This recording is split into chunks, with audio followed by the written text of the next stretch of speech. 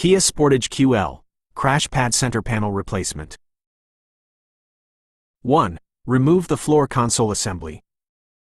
2. Remove the crash pad lower panel. 3. Remove the glove box housing. 4. Remove the center fascia panel. 5. Remove the heater and AC control unit.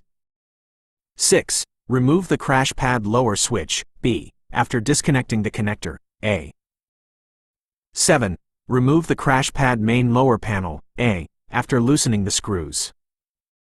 8. Install in the reverse order of removal.